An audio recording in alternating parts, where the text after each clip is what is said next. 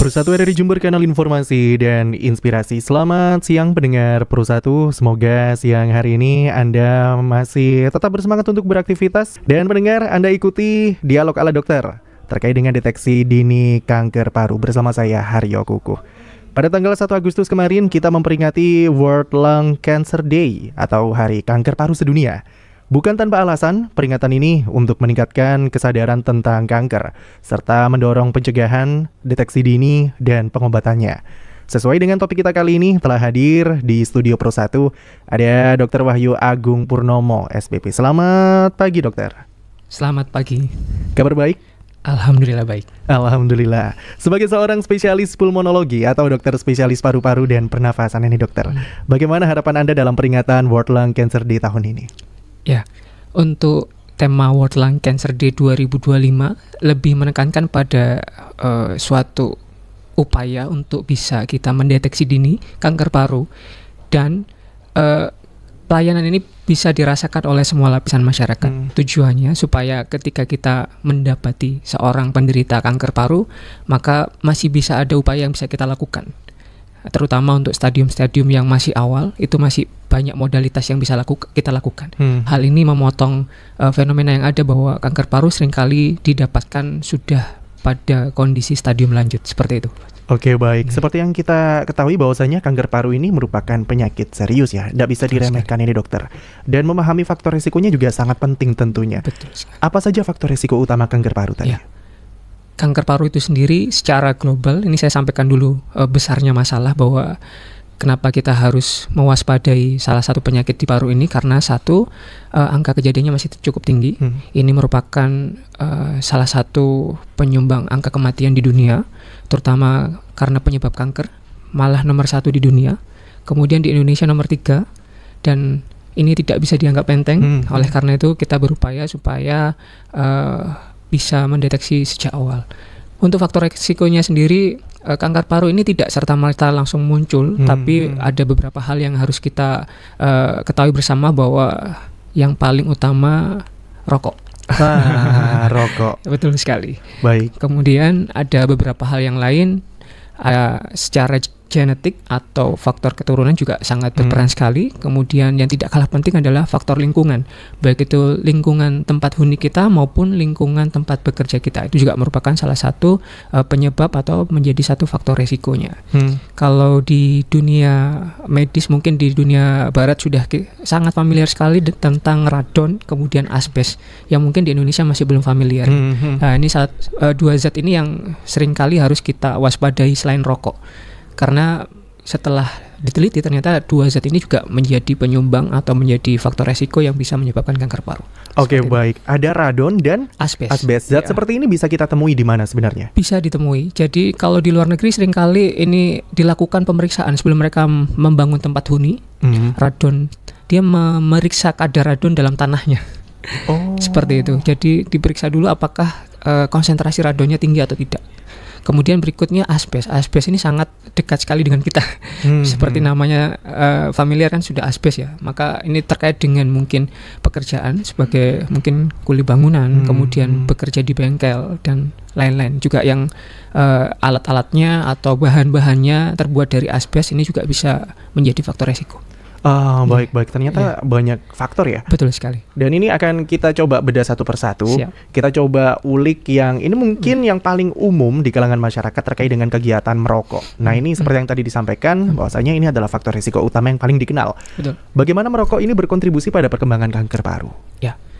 Jadi ada yang namanya suatu modalitas atau tools untuk kita bisa mendeteksi kanker secara mandiri sebenarnya. Bisa pendengar sekalian search atau cari, googling gitu, terkait dengan deteksi dini kanker paru. Bisa digunakan menggunakan gadget, ada barcode juga bisa kita cari. Salah satu yang menjadi faktor resiko adalah bukan hanya perokok aktif, tapi juga perokok pasif. Nah, jadi bukan tidak hanya berhenti di orang yang sedang merokok, tapi orang sekitar juga menjadi faktor resikonya. Jadi ada 2 kelas atau 2 kelompok yang harus kita waspadai, yaitu tadi kelompok perokok aktif dan kelompok perokok pasif. Dok, bagaimana kalau merokoknya sudah berhenti? Nah, ini juga menjadi pertanyaan. Dok, saya sudah tidak merokok, berarti saya sudah terhindar dong dari faktor resiko terjadi kanker paru. Ya. Tidak serta-merta demikian, harus dilakukan analisa atau kita cross check lagi. Sebelumnya rokoknya sudah berapa lama, kemudian seharinya berapa. Kalau di luar negeri ada pack years, jadi setiap tahunnya dia menghabiskan berapa batang rokok, itu kita harus hitung dulu. Jadi seperti itu.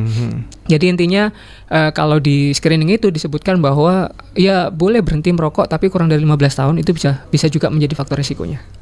Dan dibagi dengan gaya hidup yang sehat tentunya. Betul sekali. Jadi kalau munculnya kanker paru tidak serta-merta seorang perokok langsung jadi kanker paru, enggak. Tapi ada faktor lainnya. Jadi salah satu screening itu menyebutkan bahwa yang menjadi faktor lainnya adalah faktor genetik. Jadi ketika di keluarga itu ada riwayat kanker paru maupun non paru, maka bisa meningkatkan resiko seseorang untuk terkena atau mengidap suatu kanker paru seperti itu. Oke, baik. Ini ternyata perokok pasif pun ini juga bisa resiko tinggi ya terkena kanker paru ini. Tapi kalau misal dipersentasekan antara pasif dan juga yang aktif ini berapa persen? Iya, sekitar 16% dari angka kejadian. Tapi berdasarkan data yang saya peroleh bahwa di survei kesehatan nasional, bahwa di Indonesia ini hampir 50% laki-lakinya perokok. Dan itu menyumbang peringkat 3 di dunia. Jadi artinya menyumbang sebagian besar perokok di dunia seperti itu. Sedangkan perokok pasif seperti kita tahu bahwa tidak mungkin kan seorang yang merokok terus yang lain menyingkirkan, tidak mungkin. Di situ ada keluarga terdekat, ada teman terdekat dan lain-lainnya. Itu juga menjadi salah satu yang harus diperhatikan.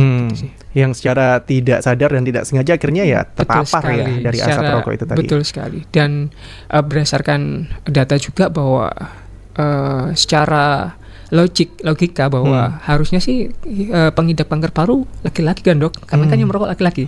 Tapi pada di lapangan tidak demikian.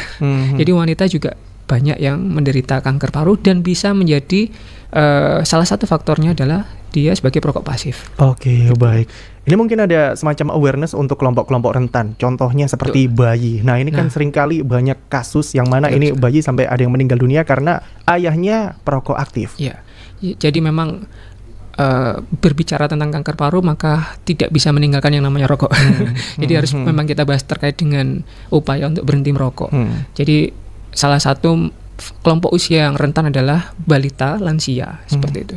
Dan kalau di balita karena dia memang saluran nafasnya juga diameternya juga masih belum besar, kemudian kematangan organnya juga belum baik, maka dengan adanya paparan rokok ini semakin akan meningkatkan dia. Salah satunya mungkin ada gangguan di saluran pernafasan seperti itu. Yang mungkin manifestasinya tidak langsung, bisa nanti di kemudian hari ada keluhan atau gejala seperti itu. Mungkin ini juga bisa menjadi perhatian khususnya untuk para pendengar yang juga merokok ini sebagai perokok aktif, bahwasanya menjadi perokok aktif tidak serta-merta tiba-tiba terkena tadi serangan penyakit paru-paru melainkan ini adalah sebuah hal yang akumulatif gitu ya. Baru dirasakan beberapa tahun kemudian mungkin dokter ya. Baik, seperti yang tadi sudah disampaikan bahwasanya lingkungan ini juga berpengaruh terhadap trigger dari penyakit ini. Lalu bagaimana dengan polusi udara yang merupakan masalah kesehatan global? Peran polusi udara dalam peningkatan resiko kanker paru sendiri ini seperti apa? Betul sekali. Itu juga menjadi faktor resiko. Jadi yang tadi saya sebutkan bahwa faktor lingkungan diantaranya adalah ada asbes, radon, kemudian yang tidak kalah pentingnya adalah polusi udara. Atau juga ada chemical industry. Jadi dari industri-industri pabrik-pabrik itu juga bisa menjadi penyumbang untuk polutan di udara kan. Ini juga menjadi faktor resiko juga untuk seseorang menderita suatu kanker paru. Baik, kalau di Kabupaten Jember sendiri bagaimana angka kasus kanker parunya? Kebetulan saya berdinas di Rumah Sakit Dr. Subandi. Saat ini di Rumah Sakit Dr. Subandi sudah ada layanan terbaru yaitu terkait dengan onkologi center. Salah satunya melayani tentang kanker paru terutama. Nah, dari angka kunjungan yang ada ya karena itu tadi, karena ini layanan baru maka tercatat ya angkanya meningkat. Yang perlu diwaspadai, Dok, apakah harus jadi kanker paru? ternyata tidak. Jadi yang muda-muda juga banyak kejadian di umur 34 tahun, 35 tahun, 36 tahun yang secara prediktif mungkin tidak akan muncul kanker paru ini, tapi ternyata di lapangan juga banyak kita temukan. Oke, baik. Yang menarik perhatian ini dokter terkait dengan zat asbes itu tadi. Sedangkan rumah kita juga gak akan jauh-jauh dari komposisi asbes itu. Lalu bagaimana ini kita bisa meminimalisir kita langsung terpapar dengan zat yang ada di salah satu bahan bangunan tadi? Penting ya, awareness untuk kita bisa mengidentifikasi faktor resikonya. Kalau sudah aware ya ini merupakan suatu sudah keuntungan lah kalau kita sudah aware. Kemudian bagaimana cara meminimalisir? Ya terutama ya kita harus membuat supaya di rumah itu ventilasinya bagus. Ya jadi si udara itu tidak terkonsentrasi oleh zat-zat tersebut. Nah aliran udara kemudian ventilasi yang bagus itu juga bisa menekan atau menurunkan resiko terjadinya tersebut. Kemudian bagaimana kalau kita bisa nggak sih dok dihilangin sama sekali gitu misalnya? Terus terang ya nggak bisa ya. Yang bisa dilakukan adalah meminimalisir dampaknya seperti itu. Ya itu tadi bagaimana faktor resiko itu biar tidak sampai jadi kanker ya, disupport oleh dengan nutrisi, kemudian lifestyle dan lain-lainnya. Itu sih yang bisa kita lakukan. Oke, baik. Tadi kalau kita ngobrolin seputar asbes ini juga ada kekhawatiran tersendiri untuk beberapa ruangan yang mungkin ini juga lepas dari kontrol kita, yang akhirnya menimbulkan ruangan lembab dan berjamur. Apakah ini juga bisa menjadi faktor? Ya, jadi kualitas udara yang tidak atau kurang baik itu juga menjadi faktor ya. Meskipun tidak muncul kanker paru, juga bisa penyakit paru yang lain sebenarnya ya. Jadi beberapa kondisi dengan ruangan yang tidak didukung dengan ventilasi yang baik, pencahayaan yang baik, mungkin yang lebih harus diwaspadai lagi mungkin terkait dengan tuberkulosis, kemudian ada dengan penyakit-penyakit yang lain terkait dengan jamur, mungkin itu juga bisa menjadi kewaspadaan tersendiri seperti itu. Jadi kalau berbicara tentang ruangan kemudian lingkungan ini sangat berpengaruh terbentuknya suatu penyakit, tidak hanya kanker paru seperti itu. Oke, kita coba beralih ke faktor yang lain. Tadi seperti yang disampaikan bahwasanya genetika juga memainkan peran dalam predisposisi penyakit. Faktor genetik apa sih dokter yang dapat meningkatkan resiko kanker paru itu? Jadi secara umum adalah riwayat keluarga memiliki sakit kanker apapun. Itu akan meningkatkan predisposisinya. Terutama memang kanker paru. Jadi kalau di screening itu di chartnya itu ada poinnya. Jadi kalau ada resiko ringan, sedang, berat. Jadi kalau yang kanker apapun itu mungkin di wilayah yang sedang ya. Kemudian kalau kanker spesifik kanker paru maka itu akan memperberat resikonya seperti itu. Ya faktor dari genetik adalah ya terkait dengan gen ya. Ada mutasi di beberapa gen yang mungkin kita nggak aware, nggak bisa mengidentifikasi di awal seperti itu. Jadi kalau misalnya ada keluarga yang sakit kanker, kemudian dengan lifestyle kita yang nggak bagus nih, misalnya rokok, kemudian itu mungkin kita harus aware. Jadi untuk screening ini dikhususkan untuk yang belum muncul gejala. Jadi karena sifatnya deteksi dini maka belum muncul gejala dengan usia sekitar 40 sampai 45 tahun lah. Dengan maksimal 71 tahun itu harus kita lakukan screening. Ya berbicara tentang screening, apa sih dok yang dilakukan gitu kan? Sebenarnya yang dilakukan adalah kita identifikasi sejak dini, terutama kalau bisa kita temukan ukuran kanker itu masih belum besar lah dan belum mengalami penyebaran kemana-mana. Itu biasanya kita ada di rumah sakit namanya CT scan, tapi tidak perlu yang dosis tinggi, jadi ada namanya low dose CT scan yang dikhususkan untuk memang untuk modalitas untuk screening seperti itu. Jadi kalau tadi tahapannya kita screening dulu pakai pertanyaan-pertanyaan tadi, kemudian kita klasifikasikan ini resiko ringan, sedang, berat. Kalau misalnya ringan, biasanya kita cuman pantau aja sih, nanti bisa dilakukan screening ulang di 1 tahun berikutnya. Kemudian kalau sedang maka bisa dilakukan pemeriksaan low dose CT scan.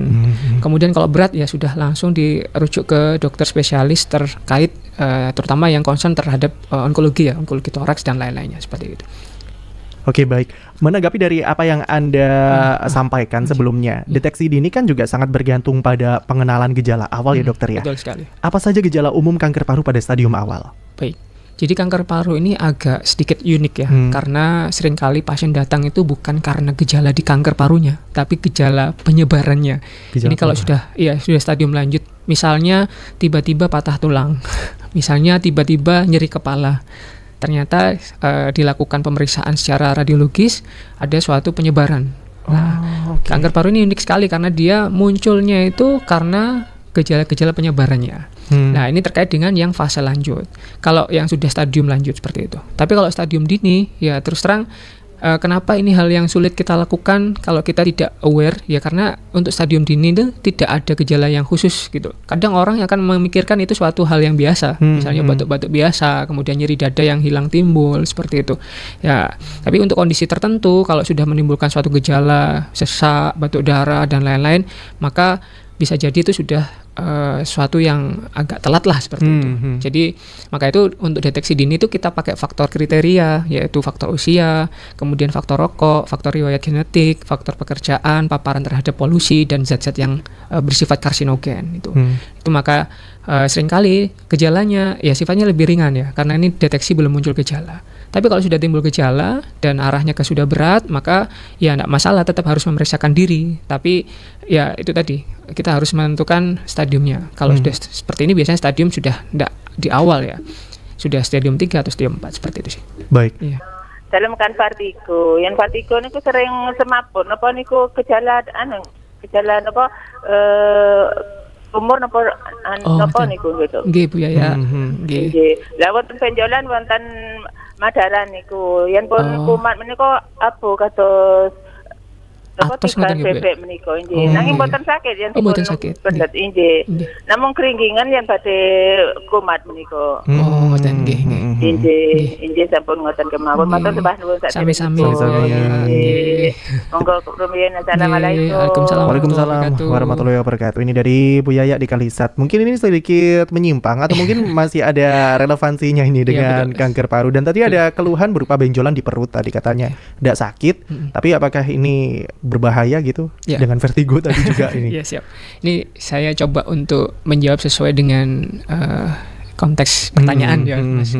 Mungkin tidak langsung dihubungkan dengan kanker paru ya, terkait dengan keluhan yang dirasakan oleh Bu Yaya. Jadi gejala vertigo memang itu adalah suatu bentuk gejala. Jadi harus tahu kausa atau penyebabnya. Ya oleh karena itu kalau saran saya karena ini berlangsungnya mungkin berulang, kemudian dalam durasi yang agak lama, maka harus memeriksakan diri ke dokter, terutama ini ke dokter spesialis saraf untuk bisa diidentifikasi penyebab vertigonya ini apa. Karena secara varian vertigo juga bisa macam-macam tuh. Ya bisa kayak yang perifer, ada gangguan di saraf tepi, mungkin di saraf sentral di otak seperti itu. Itu harus kita identifikasi. Apakah ada hubungannya dengan benjolan di perut? Nah, ini harus kita cross check lebih dalam lagi sebetulnya. Ya harus kita melakukan pemeriksaan tambahan lagi. Apakah ini memang benjolan tumor atau hanya karena spasme atau kontraksi dari otot lokal seperti itu. Karena kalau ini suatu tumor biasanya sifatnya menetap, tidak berpindah seperti itu. Ya mungkin kita membutuhkan pemeriksaan yang lebih lanjut. Ya, untuk yang geringging ya mungkin ini juga harus diidentifikasi apakah ada hubungannya atau tidak. Kalau saran saya mungkin untuk Bu Yaya bisa memeriksakan diri, tapi ya itu tadi harus sesuai dengan apa yang dikeluhkan dulu. Misalnya kalau vertigo ya mungkin ke dokter umum, kalau tidak dokter umum tidak menyelesaikan masalah butuh penanganan lebih lanjut bisa menghubungi dokter spesialis saraf seperti itu. Baik, terima kasih dokter dan Bu Yaya di Kalisat yang sudah bergabung bersama kami. Jadi langsung aja periksa ya. Ini betul. Untuk tindakan preventif agar tidak terjadi yang lebih parah lagi tentunya ke depannya. Baik, kami kembali ke fokus utama terkait dengan deteksi dini kanker paru. Satu pertanyaan yang umum dari kami yang orang-orang awam, apakah kanker paru ini adalah salah satu penyakit yang menyebar ini?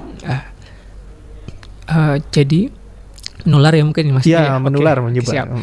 Jadi kanker paru ini secara jenis penyakitnya bukan suatu penyakit menular ya, tapi kanker ini merupakan itu tadi lebih dominan di faktor genetik ya, faktor genetik, faktor resiko dan faktor lingkungan. Ada predisposisinya yang seperti yang disampaikan.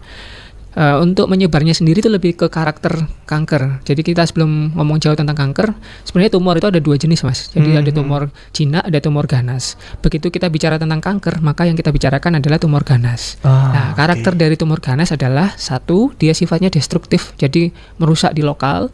Kemudian yang kedua, sifatnya menyebar. Ya, itu tadi saya sampaikan bahwa seringkali datangnya adalah keluhan-keluhan penyebarannya. Bisa itu berupa patah tulang yang terjadi bukan karena suatu jatuh atau trauma, kemudian pusing, kejang, seperti itu. Itu bisa jadi merupakan suatu penyebaran, tapi tidak serta-merta yang demikian ini langsung dikonklusikan ini suatu kanker paru. Maka harus diidentifikasi dulu, pemeriksaan lebih lanjut. Seperti itu sih. Oke, antara kanker paru dan juga tulang, ini apa relevansinya? Nah, jadi kanker ini ada karakter. Jadi ada 9 hallmark of cancer ya. Ada karakter-karakter dari sel ganas ini. Salah satunya dia menyebar lewat pembuluh darah dan pembuluh limfe.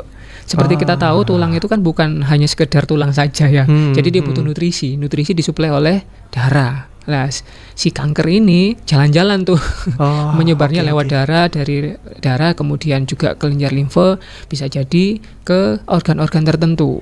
Ya, yang paling sering kalau target organnya kalau kanker paru bisa di otak, kemudian ke tulang juga bisa, atau ke liver dan ke ginjal juga bisa. Gitu, seperti itu. Ini kan yang sering ditanyakan oleh pasien, kok bisa ada hubungan antara kanker sama tulang ya? Ini menarik. Ya, yang harus diketahui bahwa kanker ini pinter nih, jadi dia jalan-jalan lewat pembuluh darah, pembuluh limfe, menyebar ke area-area atau target organ tersebut. Gitu.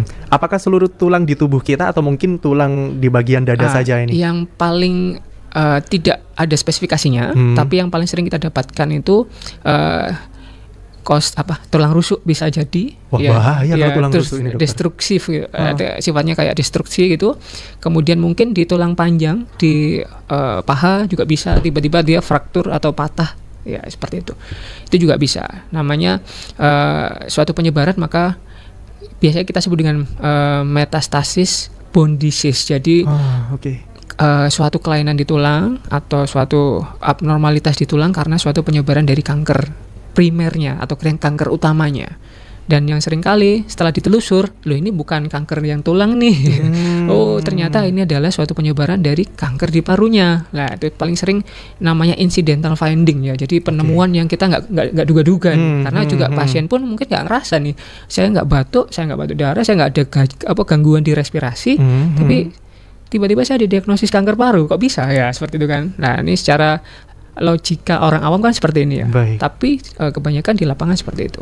Jadi ketika kita telusur, loh ini patah tulang, tapi nggak wajar nih patahnya. Harusnya kalau orang sehat tanpa dengan aktivitas berat, ini nggak akan patah nih tulang nih. Kok bisa patah ya? Seperti itu ya.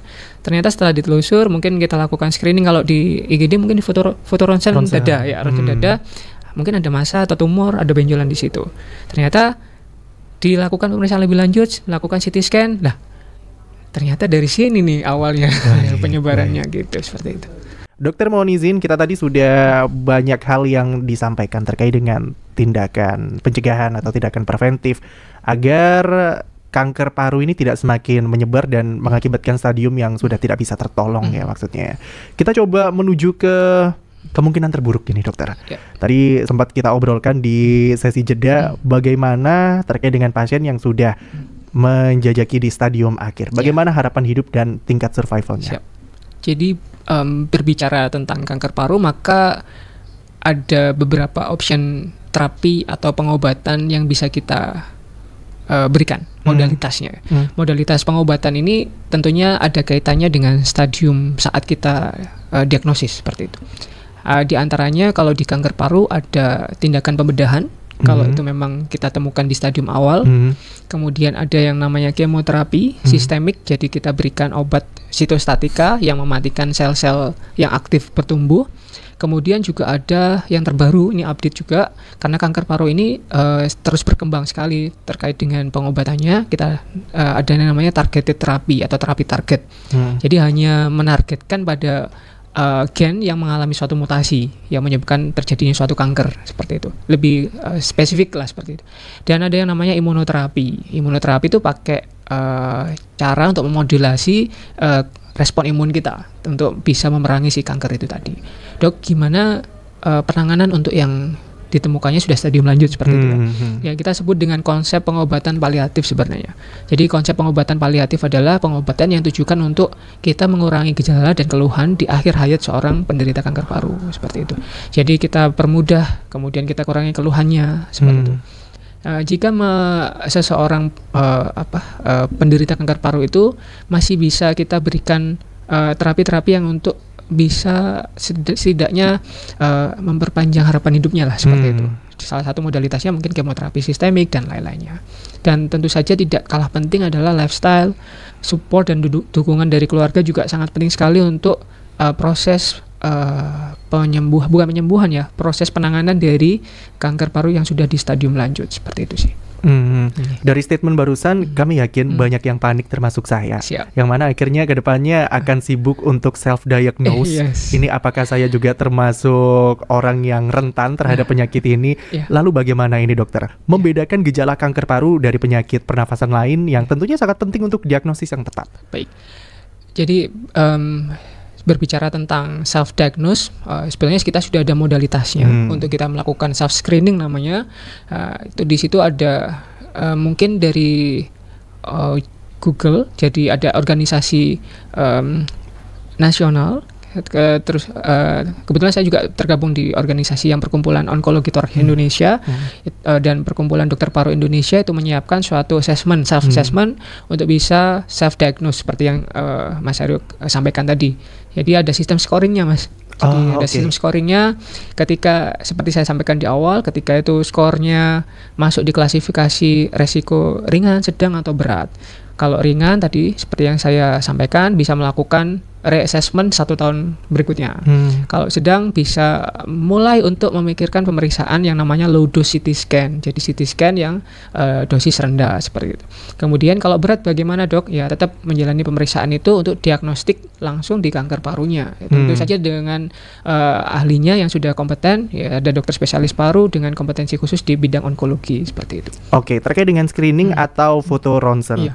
Apakah ini juga di-cover oleh BPJS? Nah, kalau foto ronsen kegiatan screening kalau di Indonesia masih belum bisa ya untuk cover BPJS ya. Mungkin lebih ke by self ya, mandiri ya. Ya gitu.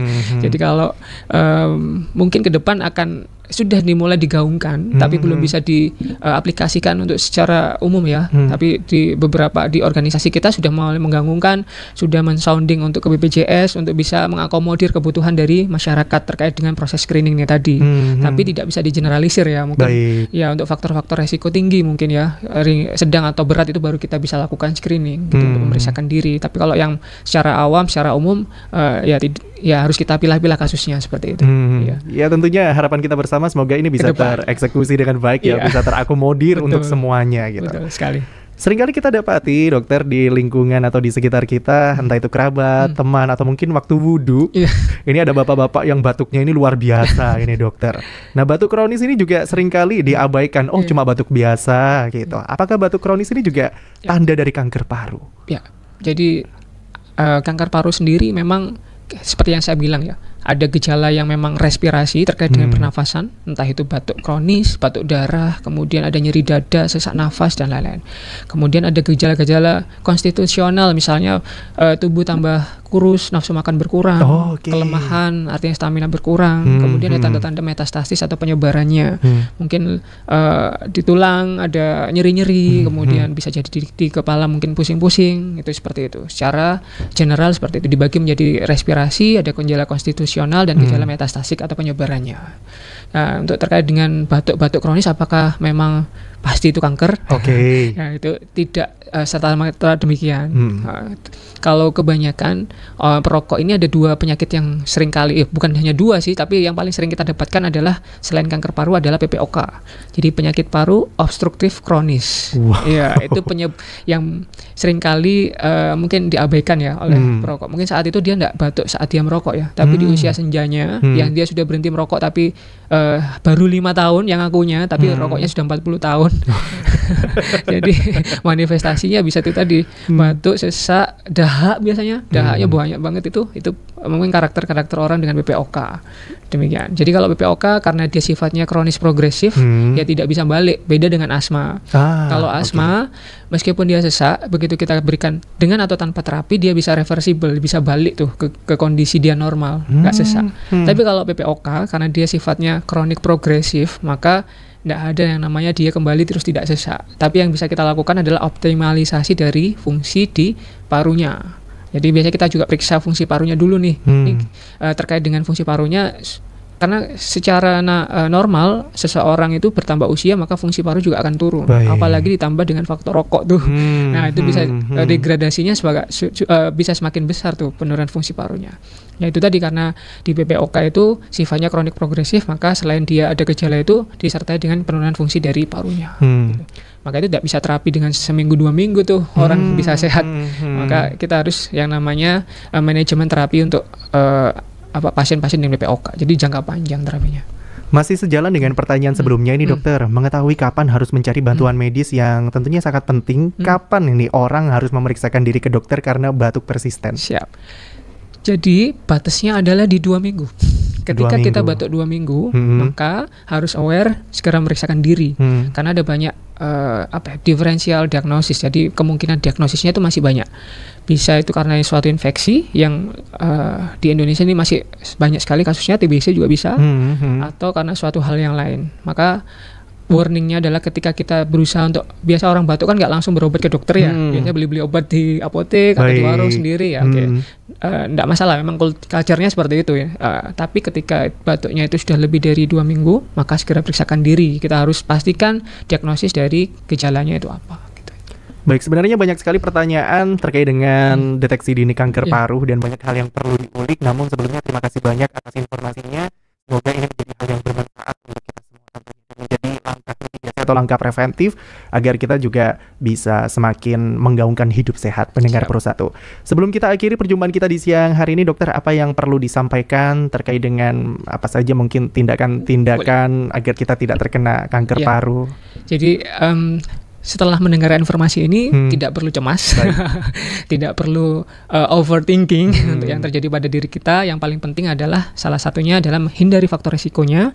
Yang kedua terkait dengan lifestyle. Jadi mohon maaf saya menginformasikan bahwa World Lung Cancer Day ini selain kita edukasi di radio, di tanggal 3 kemarin kita juga mengadakan suatu health promotion combined with sport. Jadi kita ada World Lung Cancer Day running waktu kemarin. Kita undang untuk komunitas-komunitas lari di seluruh Jember untuk bisa lari bareng, hidup sehat bareng. Kemudian harus tahu terkait dengan kanker paru, kita berikan edukasinya. Jadi jangan fokus ke hal-hal yang overthinking, tapi coba untuk perbaiki lifestyle kita, kemudian lingkungan kita, mungkin lingkungan pekerjaan kita juga. Yang paling penting adalah awareness, self-awareness-nya tadi. Dan sudah ada tersedia deteksi dininya pakai suatu screening, itu bisa digunakan secara praktis untuk self-assessment gitu. Jadi kalau dari saya itu saja. Mungkin untuk berikutnya kalau misalnya menemui kendala atau ingin tahu informasi lebih lanjut, mungkin bisa memeriksakan diri ke dokter spesialis paru terdekat, seperti itu sih. Ingat pendengar Pro 1, seperti yang tadi disampaikan oleh dokter, bahwasanya jangan panik, jangan overthinking, karena power of mind ini adalah sesuatu yang fundamental ya, bahaya. Kalau alam bawah sadarnya udah negatif, mungkin kedepannya juga bisa beneran negatif ya. Baik, terima kasih dokter. Sama-sama. Sudah berbagi informasi bersama kami. Sehat selalu dan selamat beraktivitas kembali tentunya. Terima kasih. Selamat siang. Assalamualaikum warahmatullahi wabarakatuh. Waalaikumsalam warahmatullahi wabarakatuh.